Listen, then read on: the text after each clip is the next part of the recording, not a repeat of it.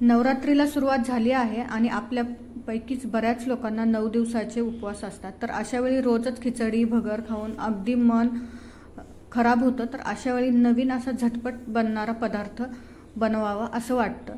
तर इथे आपण जे घरात अवेलेबल आहे त्याच पदार्थातून हा छानसा पोटभरीचा पदार्थ बनवणार आहोत।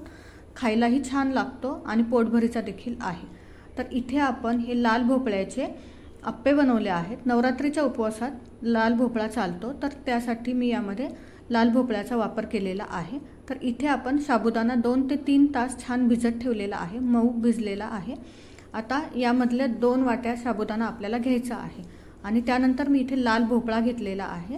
लाल भोपळा हा उपवासाला चालतो। तुम्ही याऐवजी यामध्ये बटाटाही घालू शकता किंवा अर्धा लाल भोपळा अर्धा बटाटा किंवा असंही करून हे अप्पे बनवू शकता। तर इथे आपण एका बाउलमध्ये 2 वाटी साबुदाणा घेतलेला आहे की जो भिजलेला आहे।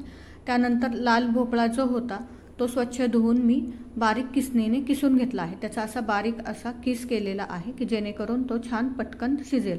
तसं तर लाल भोपळा पटकन शिजतो, तर साबुदाण्याबरोबर तो लवकर मिक्स व्हावा त्यामुळे मी बारीक किसणीने याला किसून घेतलेला आहे। त्यानंतर आपण यामध्ये 2 चमचे शेंगादाण्याचा कूट घालणार आहोत। यामध्ये तुम्ही हिरव्या मिरच्याचा बारीक चिरूनही घालू शकता किंवा मिक्सरलाही काढून त्यामध्ये घालू शकता। तर इथे चवीनुसार मीठ घातले आहे, अर्धा चमचा जिरे घातलेले आहेत। इथे मी चिली फ्लेक्स घातलेले आहेत। तुम्ही याऐवजी हिरव्या मिरचीचे तुकडे देखील घालू शकता। कोथिंबीर घातलेली आहे। जर तुमच्या भागात कोथिंबीर खात असतील उपवासाला तर तुम्ही यामध्ये कोथिंबीर घालू शकता। आता हे व्यवस्थित आपल्याला हाताने कुस्करून घ्यायचं आहे, एकजीव करायचं आहे, कारण यामध्ये आपण भगर घातलेली नाहीये, त्यामुळे याला बाइंडिंग येण्यासाठी कुस्करणं जरुरी आहे। तुम्ही ते पाहू शकता, छान बाइंडिंग याला आलेलं आहे। अशा प्रकारे बॉल आपल्याला छोटे छोटे करून घ्यायचे आहेत, एकसारखे बॉल करून घ्यायचे आहेत की जेणेकरून ते अप्पे पात्रामध्ये फिक्स बसतील। तर साधारण याचे मी बॉल बनवून घेत आहे।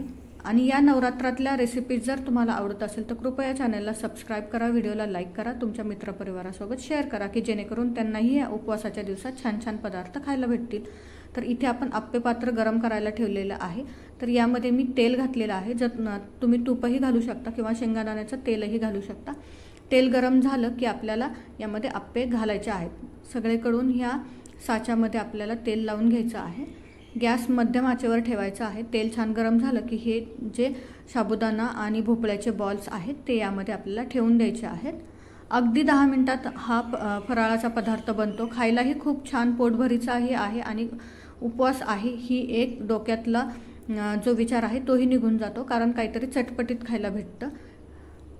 तर यावर झाकण ठेवायचं आहे। साधारण 5 मिनिटांनंतर उघडून पाहिलं तर खालची बाजू जी आहे ती छान शेकलेली आहे। तर थोडेसे उलटे करायचे, तुम्ही पाहू शकता मस्त कलर आलेला आहे। मधले जे 3 साचे आहेत ते लवकर त्यातला पदार्थ शिजतो, त्यामुळे मी पटकन त्याला उलटं केलेलं आहे आणि साईडचे जरा हळूहळू शिजतात। तर तुम्ही ते पाहू शकतात अप्प्यांना छान कलर आलेला आहे, मस्त असे खरपूस गोल्डन दिसत आहेत। पाहता क्षणी खायची इच्छा होत आहे।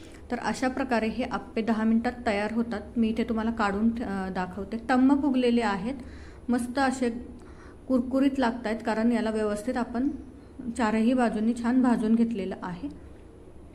जोपर्यंत गरम आहे तोपर्यंत हे अप्पे जरा टम्म फुगलेले दिसतात आणि जसं थंड व्हायला लागेल तर त्यातला जो साबुदाणा आहे तो नरम पडायला लागतो, त्यामुळे गरम गरमच खायला हे अप्पे मजा येते। तुम्ही ते पाहू शकता, हे दह्याबरोबर तुम्ही सर्व करू शकता। दह्याची चटणी बनवून हे अप्पे खायला खूप छान लागते किंवा प्लेन दह्यासोबतही तुम्ही हे अप्पे एन्जॉय करू शकता।